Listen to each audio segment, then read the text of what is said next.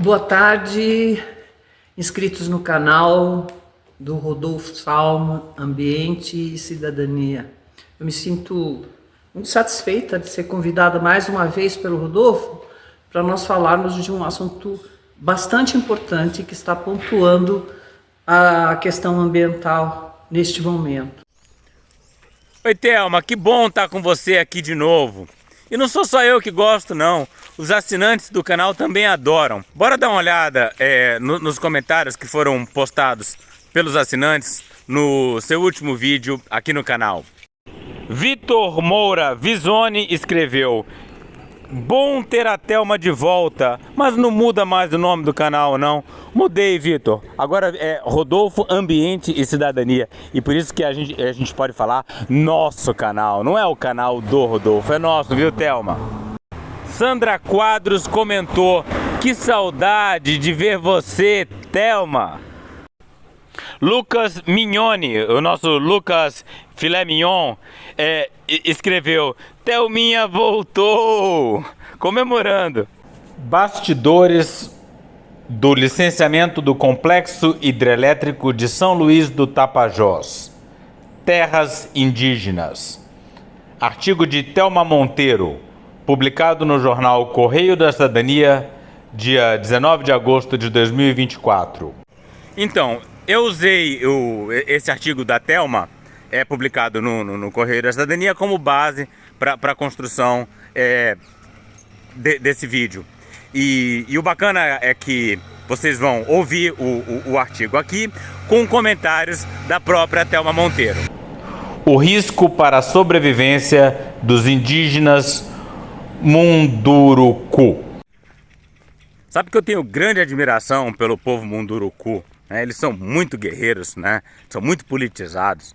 Aqui em Altamira, quando a gente estava fazendo a oposição à hidrelétrica de Belo Monte, eles vieram aqui e eles lutaram contra Belo Monte com mais convicção e mais garra do que os próprios indígenas aqui de Altamira. Inclusive também se colocaram contra essas mineradoras que estão aqui tentando explorar ouro na Volta Grande do Xingu. O processo de licenciamento da usina hidrelétrica de São Luís do Tapajós já estava fora do nosso radar. Recordo que, em 2016, a então presidente do IBAMA, Sueli Araújo, decidiu arquivar o licenciamento ambiental do empreendimento. Com a já comprovada falta de viabilidade ambiental, a decisão da presidente do IBAMA foi baseada também em conclusões da diretora de licenciamento, Rose Hoffmann, que cravou mais inconsistências no então projeto. Não dá para entender isso, né? Se o projeto foi considerado ambientalmente inviável em 2016, por que agora ele voltou a ser analisado? Isso só confirma aquela frase famosa que diz que na área ambiental todas as vitórias são provisórias e todas as derrotas definitivas. Que de uma hidrelétrica acabou virando um conjunto de 5 grandes hidrelétricas. Sim, aconteceu durante o processo no IBAMA, que teve início em 2009. Vou contar essa história a seguir.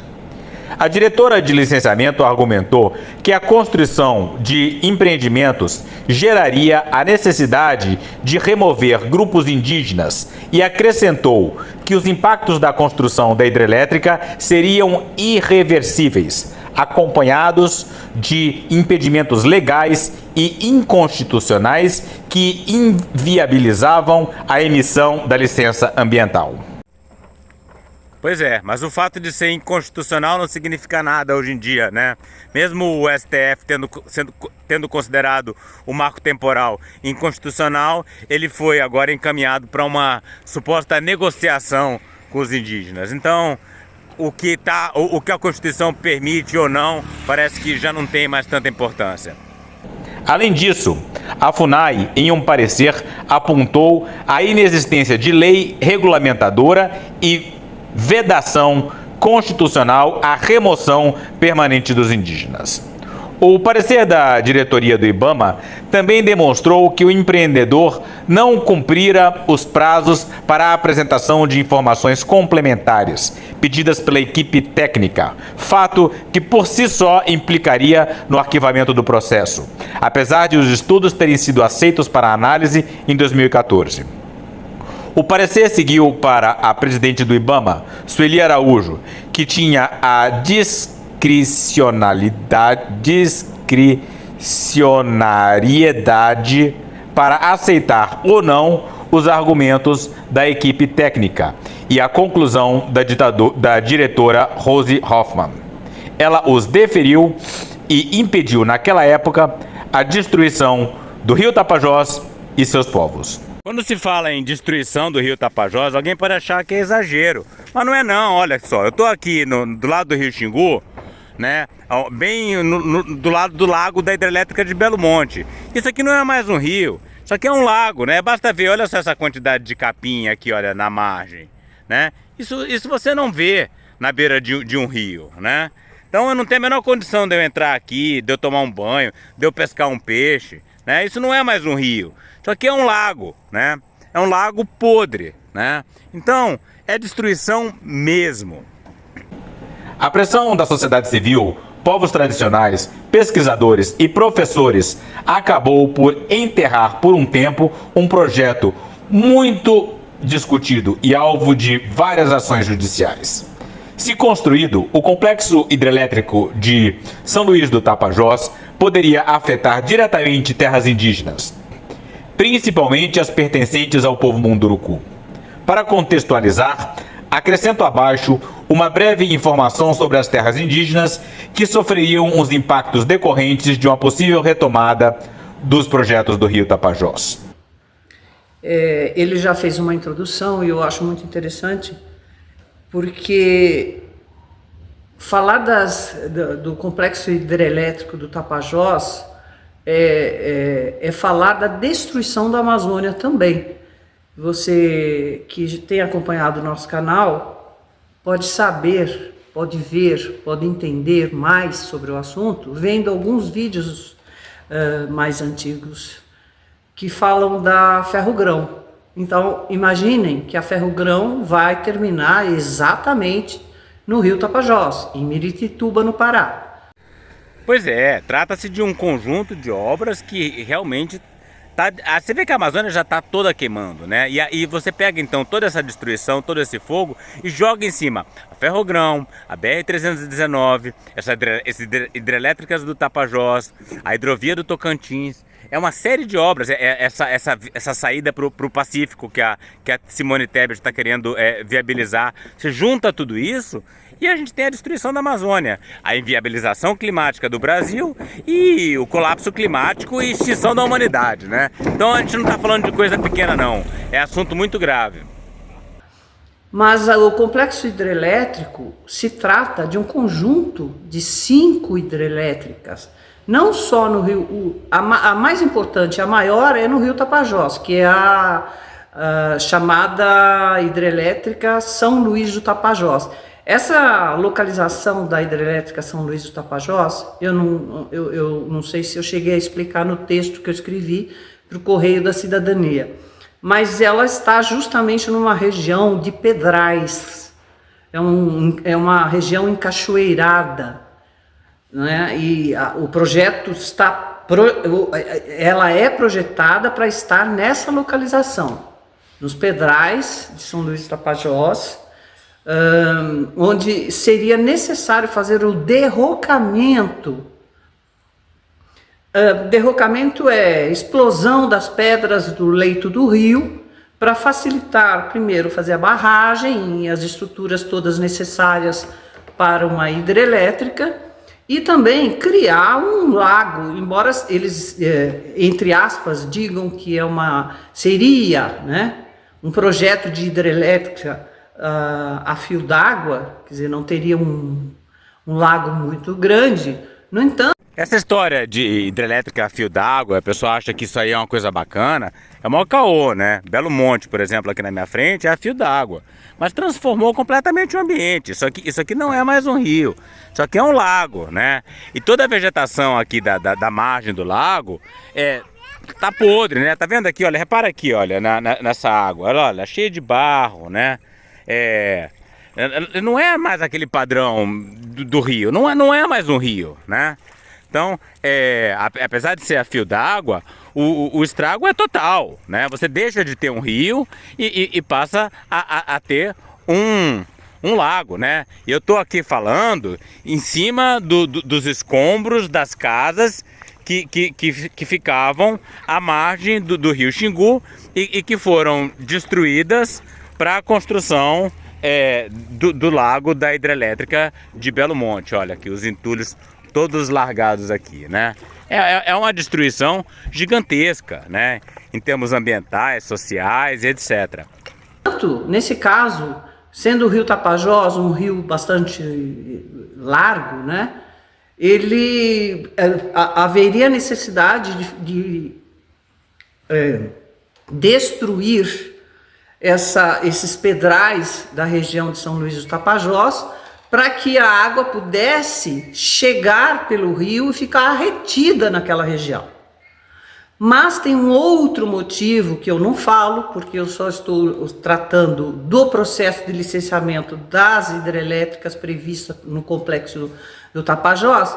Tem um detalhe aí que eu não falei, que quando atualmente estão fazendo as rotas, estão planejando, o governo está planejando através do Ministério do Planejamento da ministra Tebet, rotas de integração com os países da América Latina. Uma das rotas de integração vai envolver essa região do Tapajós, vai envolver essa região toda noroeste, né, vamos chamar assim, da Amazônia, mais para noroeste. E o rio Tapajós vai ser uma via, vai ser uma hidrovia. A ideia é transformar o rio Tapajós numa grande hidrovia. Ele já é, no final, até a foz do Amazonas, ele já é uma hidrovia, porque ali a partir de Santarém e do porto de Miritituba estão os armazéns das grandes trades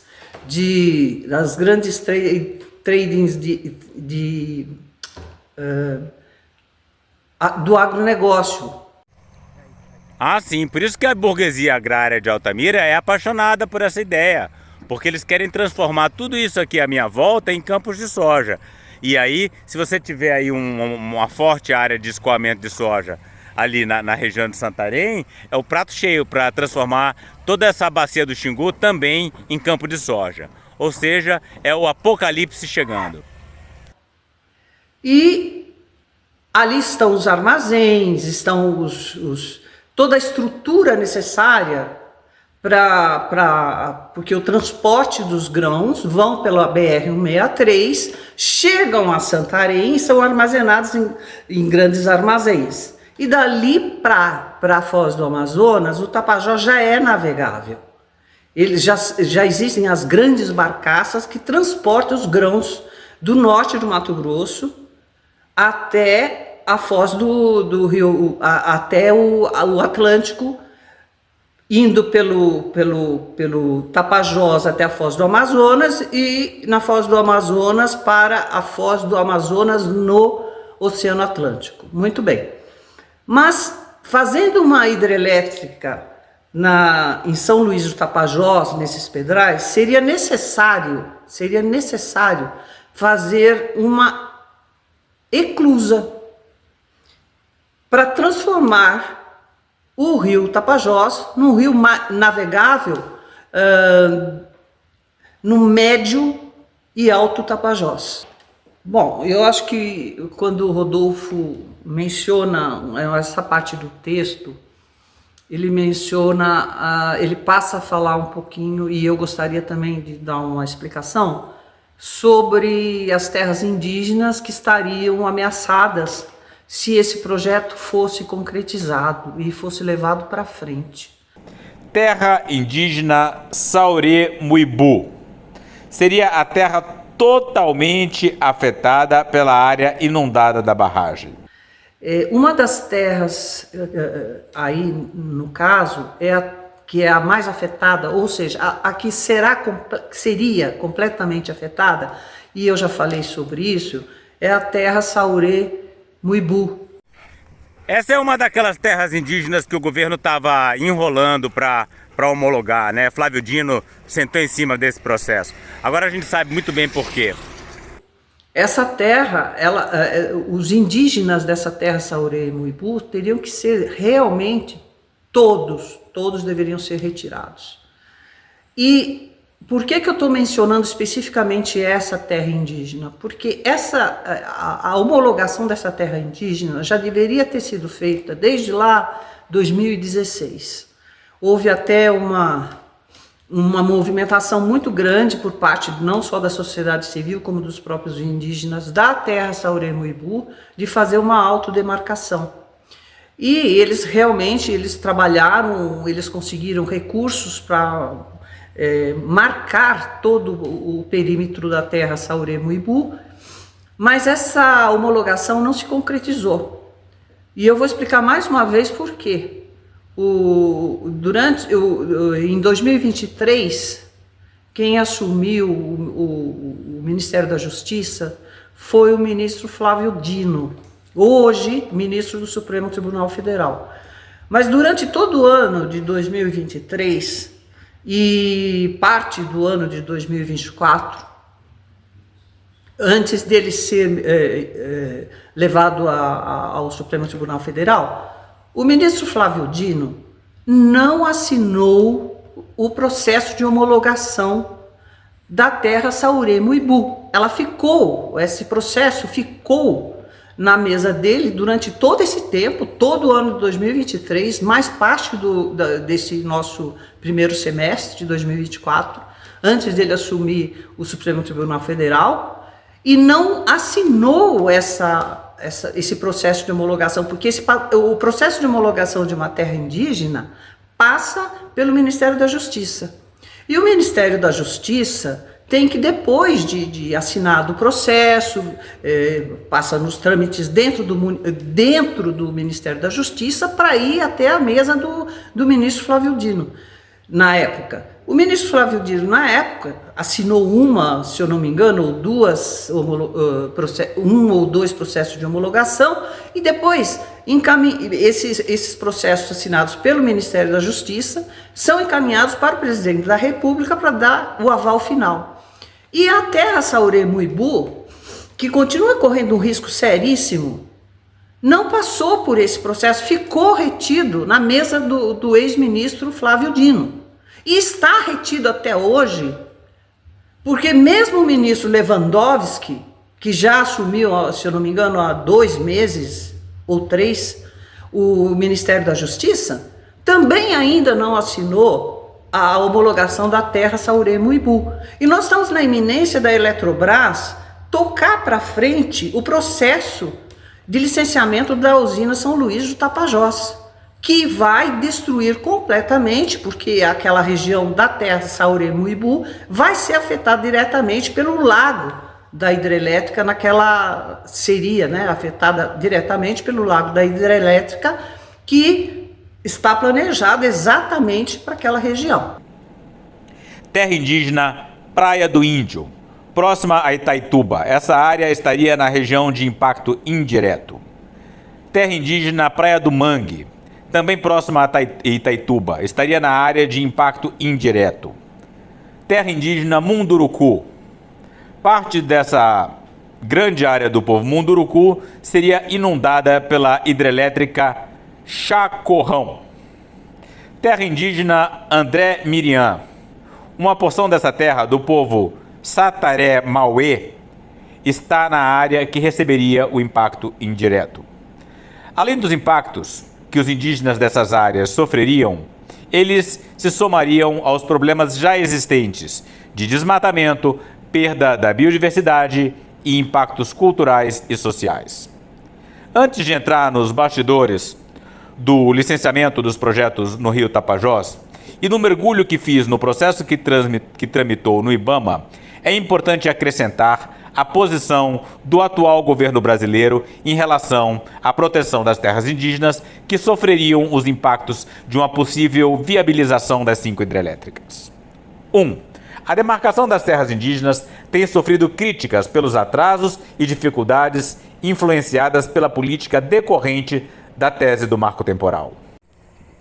É importante acrescentar que são atrasos que não se justificam, uma vez que o STF já decidiu que o marco temporal é inconstitucional. Então o governo federal, se tivesse realmente interesse em proteger a Amazônia, em virar liderança do clima, proteger os índios, ignoraria essa questão e seguiria com as demarcações, né? Mas parece que não tem muito interesse porque está mais preocupado em construir hidrelétricas para seguir com esse plano de transição energética que é baseado na construção de hidrelétricas, como se hidrelétrica fosse energia limpa, o que a gente sabe muito bem que não é, né? E Lula e Haddad estão querendo transformar o Brasil em produtor de hidrogênio verde, né? Um plano realmente apocalíptico. 2. O PL 2903 de 2023 é justamente aquele que tenta mudar o artigo 231 da Constituição brasileira, com relação ao reconhecimento e demarcação das terras indígenas, pois flexibiliza os direitos ancestrais dos povos e adota uma política que permite a apropriação de suas terras por invasores. 3. Mais preocupante ainda seria a disposição do governo federal de dar participação financeira, 0,7%, da energia que seria produzida às comunidades indígenas afetadas. Alguém pode achar estranha essa afirmação, né? O governo vai dar participação financeira, 0,7%, quase 1%, e você acha isso ruim? É ruim sim, porque você quer destruir um povo indígena, você pode sair matando. Outra forma de destruir um povo indígena é jogar um monte de dinheiro na mão de poucas pessoas, de poucos caciques ali, para ver o que acontece. Você destrói o povo indígena da mesma forma. 4. Tentativa frágil de fiscalizar e proteger as terras indígenas. De outro lado, há protestos e mobilizações do povo munduruku, como estradas bloqueadas, ocupação de sedes do governo e acompanhamento passo a passo das ações governamentais e sobre as tomadas de decisão da Eletrobras, principal interessada na retomada dos projetos depois da privatização. A sociedade civil tem tido uma atuação bastante conservadora e fraca em suas campanhas de sensibilização, sem renovação dos argumentos mais importantes, como o olhar internacional sobre a importância da Amazônia e da consulta dos povos indígenas sobre o futuro do Rio Tapajós diante da mudança climática, que afetará sua dinâmica, sobre o projeto do governo de integração nacional, que transforma o Tapajós numa hidrovia com eclusas e altera a face da região com o incremento das commodities agrícolas e minerárias. A verdadeira história da UHE São Luís do Tapajós. É necessário voltar na história que remonta a 2009 para entender o processo de licenciamento. Para entender como o processo de licenciamento foi viciado e alterado pelo governo federal. Em 26 de maio de 2009, o então diretor de licenciamento do IBAMA, Sebastião Custódio Pires, encaminhou o memorando número 106/DILIC/IBAMA ao protocolo geral, aos cuidados da senhora Luciana de Oliveira, com a ficha técnica para a abertura do processo de licenciamento solicitado pelas Centrais Elétricas do Norte do Brasil, Eletronorte. Na ficha técnica preenchida pelo empreendedor no dia 25 de maio de 2009, às 13 horas 22 minutos e 57 segundos, constam os dados principais iniciais do empreendimento a ser licenciado. Usina hidrelétrica a fio d'água com potência instalada de 6.133 megawatts. Barragem de 3.483 metros. 33 turbinas. Eixo da barragem em Itaituba, Pará, com reservatório de 722,25 km², cota máxima de operação 50 metros. Comprimento do reservatório 117 km. Municípios afetados: Itaituba e Trairão, no Pará. Consta ainda uma observação sobre o rio não ser navegável em toda a sua extensão. Este momento requer uma observação, pois o rio, ainda sem barragem, não era navegável à época, e a região de São Luís do Tapajós é famosa pelos seus pedrais. Tá achando o vídeo longo, meio cheio de detalhes? Imagina o trabalhão que a Thelma teve para analisar essa documentação toda e extrair o resumo para vocês. E eu fiz a questão de ler esse trabalho dela e comentar, para apresentar aqui no vídeo de uma forma mais leve e fácil de digerir. Outra observação importante sobre os dados na ficha técnica: o empreendedor não menciona a existência de terras indígenas, apesar de ter a localização exata amparada pelas coordenadas dos dados da barragem e do reservatório. É interessante esse pedaço do texto, porque eu escrevo sobre o processo de licenciamento que ocorreu lá em 2009 e como ele é viciado. Ele é viciado porque é interessantíssimo notar, eu analisei o processo de licenciamento. Veja, eu não estou falando do EIA-RIMA, eu estou falando do processo de licenciamento. O processo de licenciamento é um calhamaço de vários volumes, né, onde são colocados documento a documento do processo de licenciamento que tramita no IBAMA. É isso que eu costumo dizer que é o superpoder da Thelma. Pegar essa documentação é muita coisa e não é fácil ter acesso a essa documentação. Você tem que, às vezes, escrever, entrar em contato com o Ministério, procurar em sites obscuros e os documentos ficam escondidos. E é uma documentação chata, longa, imensa. Então, realmente, a gente tem que agradecer muito a Thelma que procura isso e traz isso de uma forma compreensível, porque é um assunto seríssimo. É a infraestrutura do fim do mundo e não tem como lutar contra essa infraestrutura se não conhecer a documentação e as falhas da documentação. E aí está o grande mérito da Thelma, que ela vai fundo nesses documentos. Ele tramita desde a hora que é feita o pedido de uma licença por um empreendedor de alguma obra, uma obra de infraestrutura, como é o caso da hidrelétrica, do processo da hidrelétrica São Luís do Tapajós. E a partir daquele momento que é aberta aquela ficha técnica, existe uma ficha que o empreendedor, na época, em 2009, hoje eu não sei como é que isso está sendo processado, mas na época, em 2009, o empreendedor, alguém da empresa, entrava no site do IBAMA e lá ele preenchia uma ficha. Ele preenchia uma ficha com tudo o que ele pretendia. Ele pretendia, nesse caso de São Luís do Tapajós, eles escrevem, né, na ficha que eles preenchem online, eles escrevem que a hidrelétrica São Luís do Tapajós seria uma estrutura a ser construída em tal lugar, com as seguintes, e descrevem as questões técnicas de tipo as coordenadas, as estruturas que seriam necessárias, e descrevem, inclusive, e isso é importantíssimo nesse processo, porque eles falam de uma hidrelétrica no Rio Tapajós, na região de São Luís do Tapajós. Eles não mencionam sequer, é importante isso, gente, na ficha inicial para o empreendedor que já tinha feito o estudo de viabilidade. Veja, quando o empreendedor faz um estudo de viabilidade e primeiro foi feita foi feito um estudo para saber o que seria possível no Rio Tapajós e na bacia do Rio Tapajós. Aí o empreendedor escreve na ficha de pedido de licença para o IBAMA, ele escreve que é uma hidrelétrica, não menciona sequer a existência da terra indígena Sauré-Muibu, que... Imagina, né? Faz questão de ignorar, né? Os índios não existem, né? E se a hidrelétrica for construída, é como se eles nunca tivessem existido. Muito conveniente.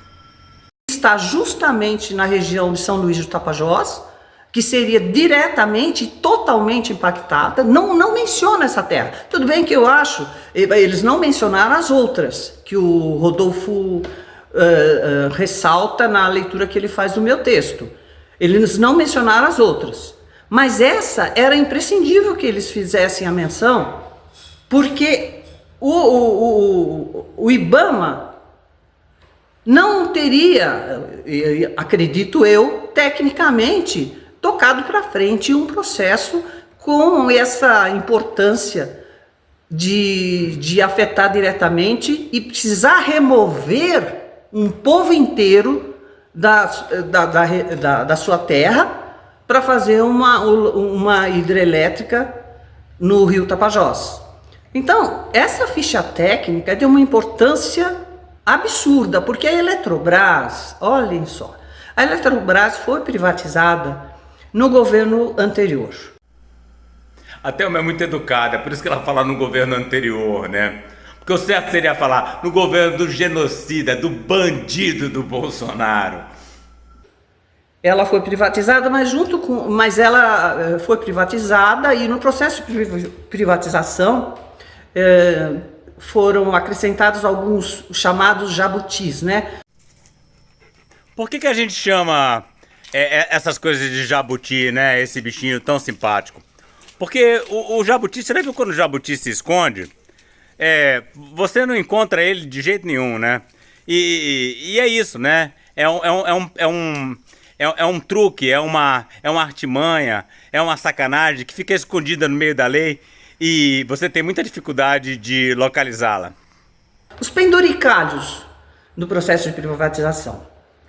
E entre eles é que os processos deveriam continuar. Os processos tinham sido começados antes da privatização, eles poderiam ter continuidade depois da privatização. E a hidrelétrica e o conjunto de hidrelétricas na bacia do Tapajós, é essa que eu estou falando, né? Mais outras 4, que depois eu vou falar. Elas poderia, não estava escrito isso diretamente, mas inferia-se que eles poderiam dar continuidade. E eles já deram continuidade quando a própria Eletrobras agora, depois de privatizada, neste governo Lula, entrou na ANEEL com pedido já das demais, da licença para dar continuidade aos processos das demais e dessa Sauré. E agora, o mais recente pedido da Eletrobras foi a reabertura do processo de São Luís do Tapajós, onde está justamente essa terra indígena que será diretamente, totalmente impactada, inclusive com a remoção dos próprios indígenas. E ninguém menciona, inclusive, sequer o artigo 169 da OIT, que é a obrigatoriedade da consulta livre, prévia e informada das populações, dos indígenas que seriam impactados por projetos de infraestrutura. Aí você vê que aquela coisa de Lula subir a rampa junto de Raoni não foi assim um sinal de que nesse terceiro mandato haveria um respeito maior aos povos indígenas, nem coisa nenhuma. Foi uma decisão de última hora porque eles acharam que ficaria bem, que seria bonito e pronto. Não há compromisso nenhum com os povos, senão eles não estariam sendo ignorados dessa forma. Pois bem, nessa ficha técnica, eles estão mencionadas as unidades de conservação, porque esse é um capítulo à parte que nós vamos fazer um outro vídeo, porque existem 4 unidades de conservação na região não só do projeto de São Luís do Tapajós, como das outras 4 hidrelétricas na bacia do Tapajós. Mas isso nós vamos falar depois. Então, é importante notar como é possível que uma ficha técnica de abertura de um processo de licenciamento, que já teve um estudo prévio, porque a ANEEL só aprova a questão da abertura do processo para abrir, só aprova um empreendimento, um projeto, se já tiver um estudo prévio de viabilidade. Se não tiver esse estudo prévio, que é o que a ANEEL analisa, a ANEEL, Agência Nacional de Energia Elétrica, analisa esse estudo de viabilidade. E só depois de aprovado esse estudo de viabilidade é que se dá o trâmite no IBAMA, para aí sim a aprovação da licença, o pedido de licença para o IBAMA. Então, veja que a ANEEL aprovou o estudo de viabilidade na época, em 2009, era a Eletronorte, não era chamada Eletrobras ainda era Eletronorte, Eletricidade do Norte do Brasil. E depois disso, essa ficha técnica acaba não mencionando a existência sequer da terra Sauré-Muibu, bem na região onde deveria ser construída a barragem da hidrelétrica São Luís do Tapajós. Isso é um dado muito sério, porque esse processo, na verdade, não deveria ter sido passado para frente, e a própria FUNAI só descobriu que tinha terra indígena depois de tramitando no IBAMA o processo de pedido de licença prévia da usina hidrelétrica. 3 dias depois, no dia 29 de junho de 2029, de protocolada a ficha técnica pela Eletronorte, no IBAMA, o termo de referência foi anexado ao processo de licenciamento.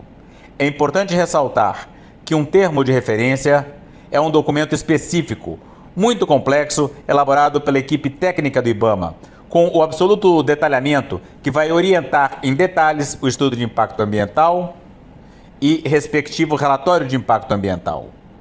Menos de 72 horas depois, o termo de referência foi emitido para uma hidrelétrica, São Luís do Tapajós. Outro detalhe que merece menção foi o que aconteceu menos de um mês depois de protocolada a ficha técnica. Em 16 de junho de 2009, o presidente do IBAMA, Rômulo José Fernandes Barreto Melo, recebeu um ofício da diretora de licenciamento ambiental substituta, Rosa Helena Zago Lois, encaminhando um pedido para que o termo de referência do estudo de impacto ambiental abrangesse as 5 usinas em tela. Agora nós vamos falar de um outro problema, porque nós estamos falando de uma ficha técnica aberta pelo empreendedor, no caso, na época, a Eletronorte, para um pedido de licenciamento prévio para uma hidrelétrica na região de São Luís do Tapajós. E essa ficha técnica foi aberta, a gente já citou que não mencionaram a existência de terras indígenas, mas foi muito interessante porque depois de aberta essa ficha técnica, foi feito um pedido, então a diretoria do IBAMA, de licenciamento do IBAMA, pediu aos técnicos o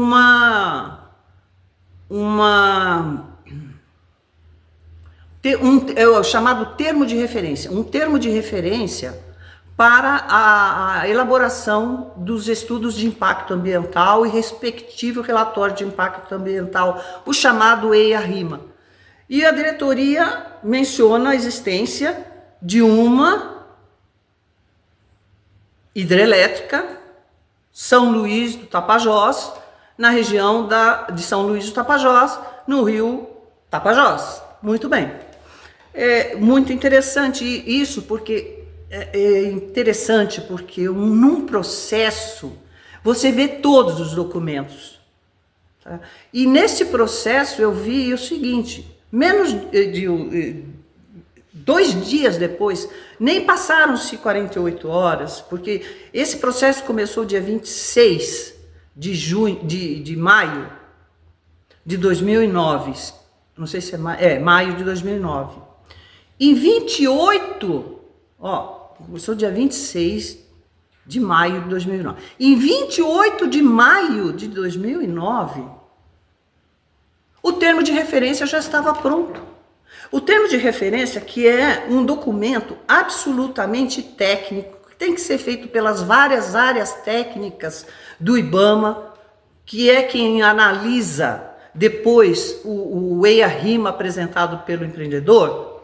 Esse termo de referência vai balizar tudo o que o empreendedor tem que colocar nos estudos de impacto ambiental. Ele vai balizar toda a abrangência necessária da fauna, da flora, da ictiofauna, da região, se existe povos indígenas, unidades de conservação, dados sobre o rio, a vazão do rio, na cheia, na vazante e tudo que é necessário. Então, é um termo de referência absolutamente complexo para fazer uma hidrelétrica deste porte, que o Rodolfo já mencionou, inclusive, os dados dessa hidrelétrica. E 2 dias depois, esse termo de referência está pronto. E já foi encaminhado diretamente para a Eletronorte.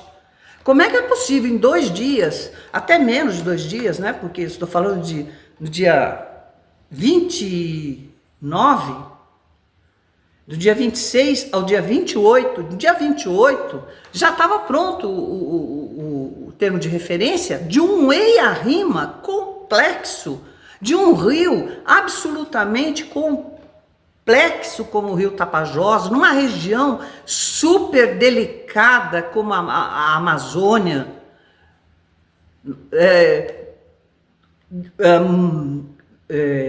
lar natural dos indígenas Munduruku. O rio Tapajós, ele tem desde essa região até o Alto Tapajós, onde nasce o Tapajós. O Tapajós não nasce, ele começa numa confluência do rio Telespires e do rio Juruena. A partir dali começa o Tapajós. Pois bem, o rio Tapajós é um rio longo, complexo, maravilhoso, é pátria, vamos chamar assim, dos indígenas Munduruku. E como é que em 2 dias, porque no dia 29 já estava o termo de referência à disposição do empreendedor, para fazer uma hidrelétrica desse porte? Isso me chamou bastante atenção. Isso, a gente só entende esse tipo de coisa quando a gente começa a analisar o processo, porque ele é numerado página a página e com data e o número do processo. Então não tem como errar. O que eu estou falando é o que está no processo São Luís do Tapajós. Enfim, e aí esse termo de referência foi encaminhado com 2 dias, né? Vamos chamar de 2 dias completos, porque logo cedo, no dia 29, esse termo de referência foi encaminhado. E passados menos de 1 mês, e isso é muito interessante, em 24, talvez, eu não sei, eu não me lembro agora exato da data, mas menos de 1 mês depois, dia 16 de junho de 2009,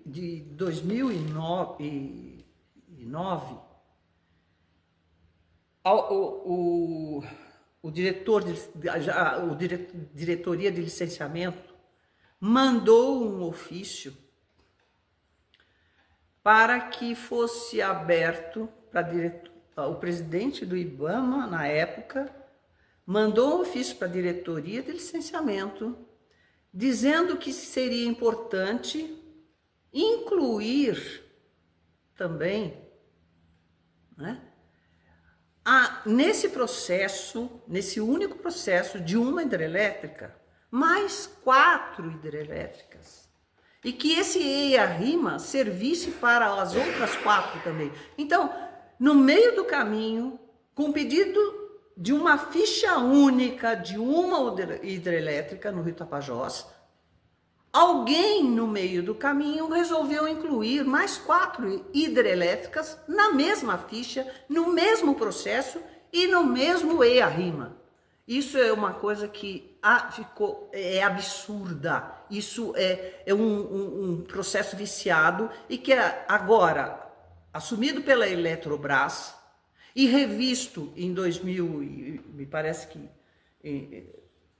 ele ficou restrito a isso, mas estão revisando esse EIA-RIMA para soltar esse EIA-RIMA, e eu me pergunto, eles deverão soltar esse EIA-RIMA especificamente com 5 hidrelétricas? Ou vão soltar esse EIA-RIMA como foi a abertura da ficha em 2009 de uma única hidrelétrica? Isso é uma dúvida que nós vamos só saber no futuro, mas é importante que a gente esteja atento e é importante também que nós estejamos acusando o vício desse processo de licenciamento. Porque aí não tem como dizer que a sociedade civil está inventando isso. Não, são documentos. E nós temos as cópias desses documentos. Então fica aí a nossa denúncia e eu agradeço muito ao Rodolfo permitir que a gente pudesse fazer essa denúncia publicamente, apesar de eu já ter escrito o artigo a respeito, e não para por aí, porque esse processo é muito longo e tem outros acontecimentos também irregulares dentro do processo de licenciamento. Então, eu peço a vocês, obrigada pela atenção, espero ter explicado bem como a gente está preocupado com isso, e não esqueçam de deixar o seu like, e os que não estão inscritos, por favor, se inscrevam, porque esse canal precisa mesmo de muita gente para que a gente possa fazer nossas vozes mais ouvidas, inclusive evitar que uma Eletrobras da vida se utilize de um processo que foi lá de 2009, onde era uma empresa estatal ainda, e agora é uma empresa privada, usando um processo de licenciamento viciado e que não deveria nem ter sido tocado para frente na época.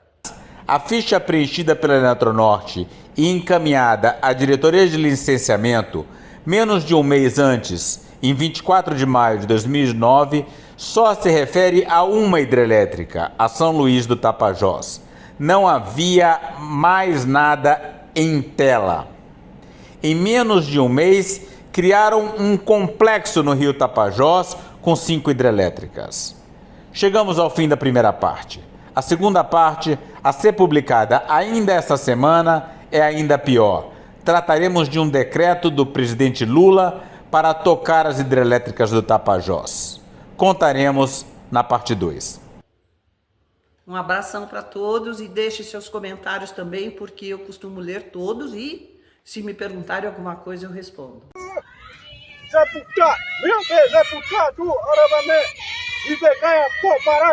Para saber mais e participar dessa luta radical pelos povos indígenas, a floresta tropical e a biodiversidade de modo geral, inscreva-se no canal, deixe seu like e comentário.